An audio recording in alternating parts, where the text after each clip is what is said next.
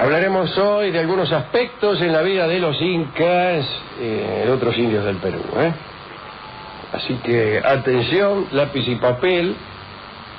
En el imperio incaico, todo el trabajo de organización y de dirección estaba asegurado por la nobleza, cuyo Consejo Supremo encabezaba desde luego el Inca, Pero había 4 altos funcionarios que componían este alto organismo, que era a la vez administrativo, político y judicial.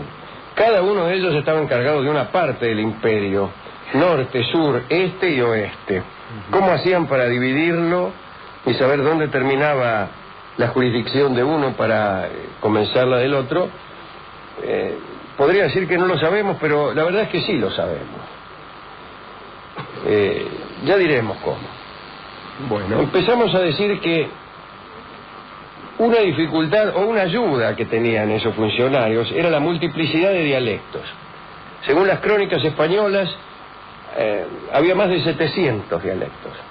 Pero este fenómeno tenía una razón. Además de las dificultades del terreno para que se comunicaran fluidamente los distintos pueblos, era necesario para dirigir la economía que la demografía no se modificara a cada instante. Entonces se llevaba a cabo cada tanto un censo. Estos censos eran muy precisos y servían para la eficiente distribución de riquezas por todo el imperio, o también para obtener información y proceder, llegado el caso, a algún saqueo, y también para saber quién tenía a cargo el este, el norte, el sur y el oeste, y saber a qué región pertenecía cada pueblo. Y había algo más todavía. Estaba prohibido a los indios de cada centro circular fuera de su circunscripción sin autorización especial. Y vigilar el cumplimiento de esa medida era fácil. Bastaba con observar cómo estaban vestidos. Porque en cada región tenías que vestirte según estaba estipulado. No te vestías como querías, sino como marcaba el canon de tu pueblo. Los huancas del norte, de Cusco, llevaban un turbante negro. Los de Cajamarca, una vincha. Los cañaris, una corona de madera y así, Los que vigilaban esta disposición, que andaban por la calle a ver quién venía con un saco del tiempo de los petiteros, eran los temidos Tucuiricuc, que como bien sabemos quiere decir el que lo ve todo. Cuando alguien te dice Tucuiricuc, evidentemente te está diciendo el que lo ve todo. Entre aquellos 700 dialectos aparecían 3 lenguas que los españoles calificaron como generales y eran dominantes, al menos en la época de apogeo del imperio, que coincidió con la llegada de los españoles. El quechua, el aymara y el uru. Este último ya estaba en decadencia. Los lingüistas dicen que el quechua y el aymara son lenguas muy notables por su carácter aglutinante. Con una sola palabra hacen posible expresar toda una frase. Por ejemplo, de la raíz ali, que significa planta en aymara, derivan 82 voces.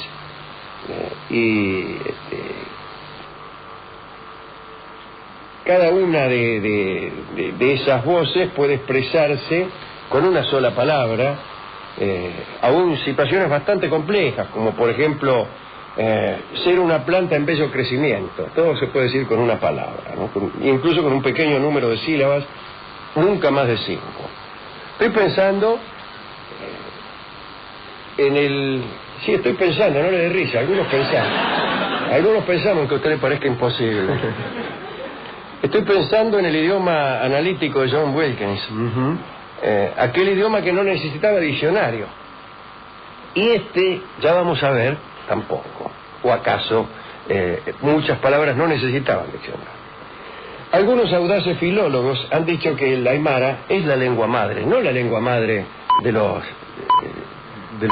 los incas, sino la lengua madre del género humano, aquella lengua que se hablaba antes del episodio de la Torre de Babel. Algunos estudiosos, llamémoslos así, como Fra de Torón, han afirmado eso. Roa tenía el libro llamado Descubrimiento del Paraíso y de la Lengua Primitiva. Y otro señor llamado Villamil de Rada tituló el suyo, también refiriéndose al idioma aymara, La lengua de Adán. Es decir, Adán hablaba en aymara. Últimos detalles respecto a la lengua. La formación de palabras en quechua es lógica y simple. Por ejemplo, y aquí viene el idioma analítico de John Wilkins, que es un artículo escrito por Borges, ¿no? Kai expresa la abstracción y runa significa el hombre. Entonces, ¿cómo se dice humanidad? Runa Kai. Siki indica el hábito, Illu el alimento. Glotón se dice Illu Siki. Quiere decir que en este sentido el diccionario no te ayuda, porque no hay manera de decirlo de otra forma. Es como si vos quisieras una definición del 4. 4 a lo sumo es igual a 2 más 2, pero esa no es una definición.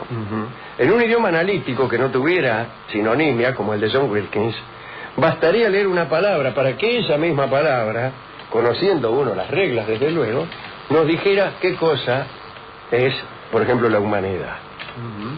Esos son los idiomas analíticos. Hay también aquí en el quechua algunas onomatopeyas. Así el estornudo se dice achicuni. Estornudan raro los quechuas. Bebé se dice, como sabemos todos, guagua. El sufrimiento se expresa con una especie de lamento, que es alaú. En aymara ciertos pájaros tienen por nombre la imitación de su canto, como cochichi. Cochichi. Está bien, ¿eh? Me gusta el nombre cochichi. Algunos italianos llamaban así a la estación José C. Paz. Le llamaban Cochichipá.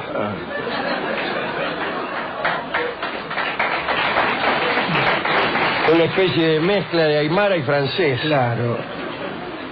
O también, vuelvo a la aymara, ¿no? Y a otro pájaro que llamaba el leque. Bien. Me lo imagino, sí. Bien. Esto con respecto al idioma. Dijimos que íbamos a dar una especie de visión muy liviana de cómo se vivía allí. Tenemos cosas que decir acerca de la medicina. Al parecer, estaba muy desarrollada en el imperio de la medicina. Había una serie de procedimientos empíricos, pero también, a qué negarlo, Rolón, usted lo debe saber mejor que yo, ritos mágicos, como ahora. En general, los encargados de esas prácticas, las mágicas, eran hombres marcados por un signo irrecusable. La ceguera, la invalidez por falta de algún miembro, alguna deformación o cualquier otra marca considerable en el cuerpo. Existían algunos grupos entre los cuales no hacían falta esas marcas. Eran tipos que ya, por tradición familiar, conocían las propiedades curativas de las plantas y se transmitían sus secretos celosamente de padres a hijos. El más célebre de estos pueblos fue el de los Colaguayas, al nordeste del lago Titicaca, que proveía de curanderos a la corte del Inca, para luchar contra algunas enfermedades específicas que causaban estragos. Por ejemplo, la verruga y el uta. En un idioma analítico ya sabemos qué quiere decir. La primera provocaba fiebres, la verruga, y terribles hemorragias. Y el uta era una clase de lepra, no menos que eso, que corroía el rostro y exigía la extirpación de las partes contaminadas. Sobre todo sucedía en la nariz y en los labios, ¿no? Existían remedios para todos los males, Rolón, La farmacopea vegetal era la más importante. Desde luego estaba la coca allí, ¿no? A la que se recurría muchísimo, pero también se utilizaban algunos animales como remedio. La carne del pájaro mosca, que era una especie de colibrí, era usada contra la epilepsia. La carne fresca de vicuña contra los males de la vista. El caldo de un cóndor joven contra la locura, Y los insectos chuki, luego de hervidos, contra las verrugas. Es decir, como se ve, existían remedios para todos los males. Lamentablemente no surtían ningún efecto. Sí, bueno, pero existían. Sí. Ahí había un vademecum de gran extensión. el hombre mismo aportaba su contribución, discúlpeme usted, Rolón, sobre todo mediante los orines. Ajá. Orine que viene el médico.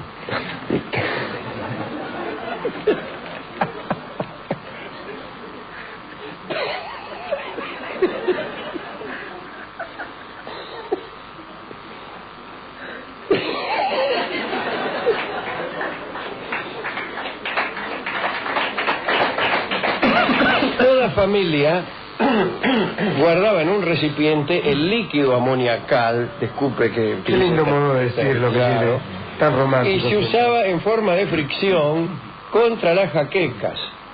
¿Me duele la cabeza? No, ya se me pasó. Tal vez también se usaba de calmante contra los males de dientes. Recuerden ustedes a los romanos que lavaban sus dientes con orines y que preferían los que venían de Hispania. O también se lavaba con estas aguas menores a los bebés afiebrados. Para las mordeduras de bebés afiebrados probablemente, ya que no dice de qué, se recurría, discúlpeme usted, a los excrementos. Y para el envenenamiento, a cenizas de pelo. Usted quemaba pelo y se lo tomaba con un fermento de frutos. Y si lo habían envenenado, eso lo curaba. Si no lo envenenaba. Y si no, lo terminaban de envenenar. Hay que decir que una gran cantidad de medicamentos, hay que decir, no, lo hemos dicho, una gran cantidad de medicamentos estaba muy al alcance de la mano.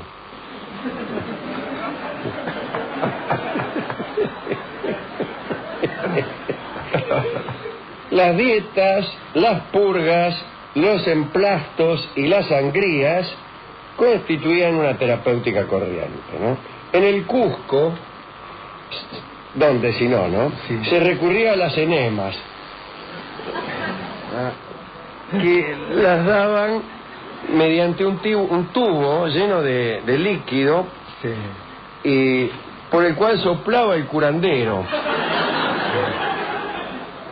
Desde ya había también las oraciones y sacrificios y la expulsión de Marios, de Marios también, de personas llamadas Mario, que hacían mucho de malos espíritus, siempre con ayuda de hechiceros.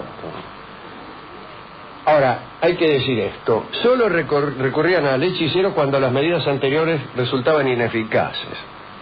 El hechicero procedía a transferir el mal a una cosa inanimada, ponerle una piedra, o si no, a otra persona redondamente. Esta operación se hacía de la manera siguiente, atención, atención las amas de casa. La zona donde se localizaba el dolor, atrás de la rodilla, ponele, era frotada con una prenda de vestir usada por el enfermo, una camiseta.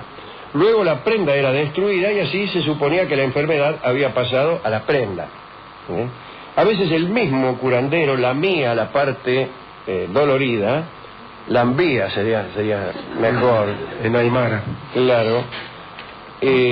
Aunque por su condición de hechicero no caía enfermo, él no se enfermaba, ¿no? Como los médicos, el médico no se enferma, por eso ¿Cómo se van a enfermar? Te puede lamber donde quiera. Digo, te puede curar o tocar. Para algo es médico. Para algo es médico.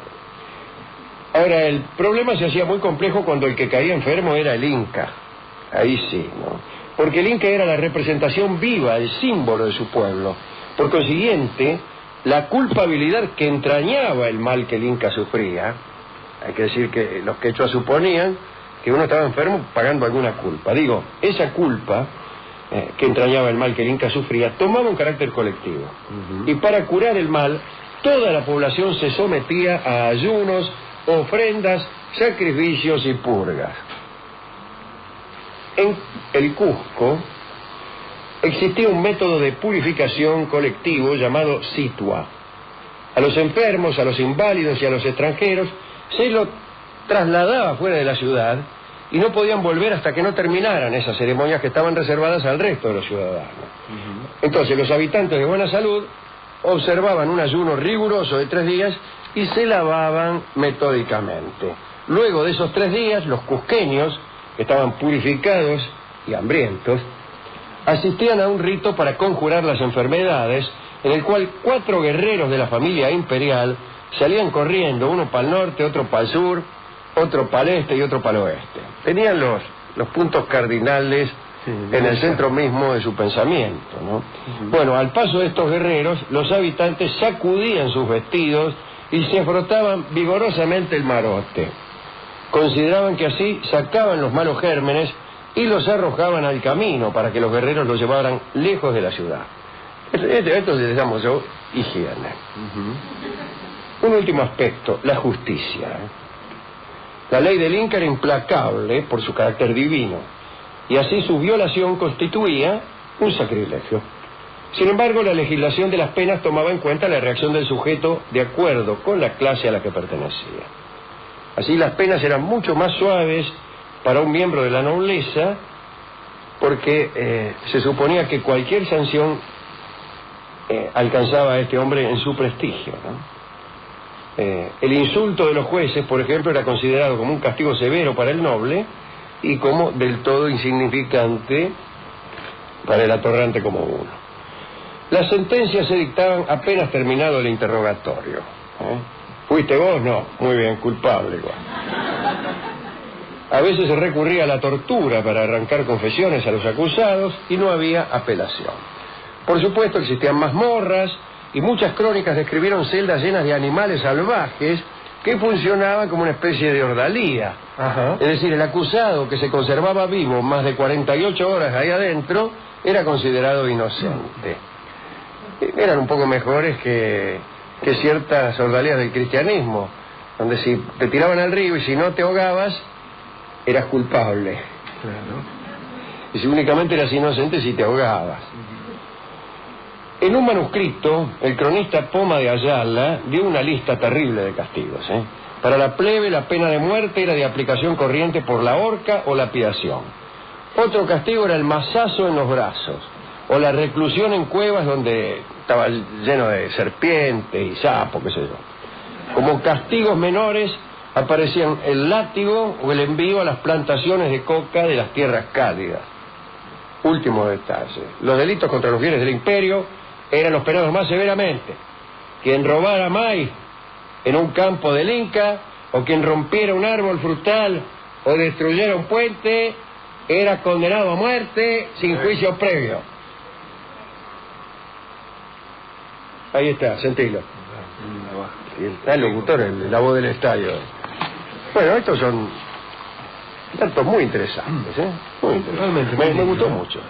Si me quedo pensando, Alejandro, que cuando uno escucha estas cosas de cómo se curaban o cómo le pasaban el mal a una piedra o a otro ser, parece, digamos, causar gracia o eso, digo, pero no otra cosa uno encuentra a veces en la Biblia, digo, cuando se expulsan los espíritus y se los manda a los cerdos. Bueno, otra cosa que encuentra uno todavía. Sí. Todavía hay mucha gente que va al curandero para que le saque. Bueno, basta escuchar la radio. No lejos de este punto del dial. En este mismo momento, hay gente que está diciendo que si te querés curar, ponga la mano en la radio. Sí, sí. O que estás enfermo, escarlatina, porque el vecino te hizo un daño por la envidia. Sí, o que compren la toalla. Claro, que no existen los gérmenes patógenos, sino antes bien la envidia. Bueno, son maneras de ver el mundo. Son maneras de ver el mundo. Claro, justamente lo que quería marcar es que no me parece que no estaban tan alejados de cosas que nos pasan ahora. Claro. Son maneras de ver el mundo, digo, que no quiere decir vaya a saber dónde está la verdad. Digo, son maneras incorrectas de ver el mundo. Me quedé pensando también cuando hablaba de los idiomas que un idioma analítico es totalmente incompatible con la poesía, ¿no? Un idioma analítico es incompatible con la poesía. La poesía requiere antes que nada la polisemia. Claro. Es decir, un poema tiene que significar varias cosas, no una, varias. El significado tiene que ser oscuro. Imagínense en un idioma analítico como el de Wilkins, no como el aymara ni el quechua, porque eran un poco analíticos, tenía lugar para la poesía. Pero el de Wilkins no. Claro, por eso digo, cuanto más analítico, menos poético. Así que qué bueno el castellano que no lo es y que tiene tanta cosa poética. Lo es en su punto, ¿no? En su punto, como... Y bueno, y si me permite voy a dedicar, ya que lo hemos nombrado, a nuestros amigos, los huanca. Ahí está, y le dedicamos a nuestros amigos los huancahuá, un saludo, un cariño, un recuerdo, casi lo digo como si yo fuera uno de ellos. Ha sido uno y lo de ha ellos, sido de alguna manera. Esporádicamente, pero lo he sido Y ellos han sido un poco de nosotros también. Pero de las grandes distinciones que yo he tenido en mi vida es la de que ellos me hayan dejado cantar algunas veces con el grupo. Vamos a ilustrar esta charla con El nacimiento del charango, que es una fantasía de Ariel Ramírez y que desde luego tiene mucho que ver con esta cultura, aunque hay que decir que el charango no es ciertamente una creación pura, porque ahí anduvo la guitarra. Pero quizá lo criollo tiene eso, tiene el peludo vernáculo y la guitarra española. Y el nacimiento del charango, que implica, como bien sabemos, la muerte de un peludo, ¿no? Cada vez que algo nace, también algo muere, como dicen ahí los filósofos o los secrentales, ¿no? En este caso, el muerto es el peludo y el charango es el que nace. Escucharemos a Ariel Ramírez, que es el creador de esta fantasía, justamente en el nacimiento del charango. Atención.